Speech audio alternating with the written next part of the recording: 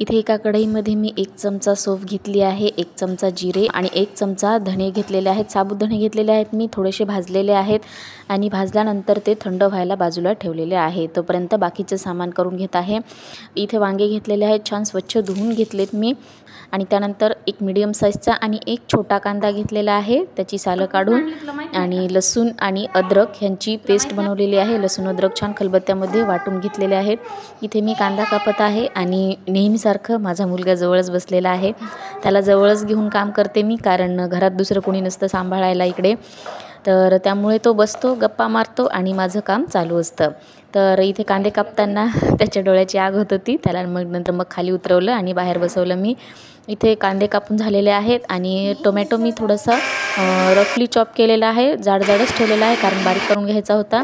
त्यानंतर टोमॅटो आणि थोडेसे त्याच्यामध्ये भिजवलेले काजू टाकलेले आहेत, त्याची पेस्ट केलेली आहे आणि आपण जो मसाला भाजून घेतला होता त्याची सुद्धा बारीक पेस्ट केलेली आहे, तोही बारीक करून घेतलेला आहे। आणि इथे मी कढईमध्ये तेल तापवलेलं आहे, तेलामध्ये मोहरी तडतडली की त्यामध्ये कांदा छान परतून घेतलेला आहे।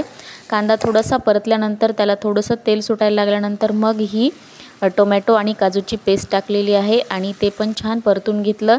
टोमॅटो आणि काजूची पेस्ट आणि हा कांदा छान परतून घ्यायचा आहे। ह्याला छान तेल सुटल्यानंतर त्यामध्ये 1 चमचा मी लाल तिखट घातलेला आहे, ते पण छान परतून घेतलं आणि नंतर त्यामध्ये आपण जो बारीक केलेला मसाला होता धण्याचा तो टाकलेला आहे, ते पण छान परतून घेतलं आणि नंतर अर्धा चमचा हळद, कांदा लसूण मसाला आणि मीठ टाकून छान परतून घेतलं। आता ह्याला तेल सुटेपर्यंत परतून घ्यायचं आहे, छान शिजवून घ्यायचं आहे आणि त्यानंतर मग मी टाकलेल्या आहेत ह्या वांग्याच्या फोडी, ह्या अशा उभट कापून मी टाकलेल्या आहेत, तुम्ही हवं तर बारीक पण करू शकता। तर ह्या फोडी छान झाकण ठेवून वाफवून घ्यायच्या आहेत, अशाच त्या फोडणीमध्ये त्या ग्रेव्हीमध्ये आणि थोड्याशा वाफवून घेतल्या, 5-1 मिनटं वाफवून घेतल्या की त्यामध्ये मग गरम पाणी टाकायचं आहे। लक्षात ठेवा, थंड पाणी नाही टाकायचं, आपल्याला गरम पाणीच टाकायचं आहे आणि गरम पाणी टाकल्यानंतर त्याला छान शिजू द्यायचं आहे। वांग्याच्या फोडी शिजेपर्यंत ही भाजी आपल्याला शिजवून घ्यायची आहे। थंड पाण्यामुळे काय होते ना की त्या भाजीची चव जाते, फोडणीची चव जाते, त्यामुळे आपल्याला नेहमी भाजीमध्ये पाणी टाकताना गरम पाणी करून टाकायचं आहे, त्यामुळे कुठल्याही भाजीची चव जाणार नाही आणि एक छान चव येईल त्याला त्या भाजीची।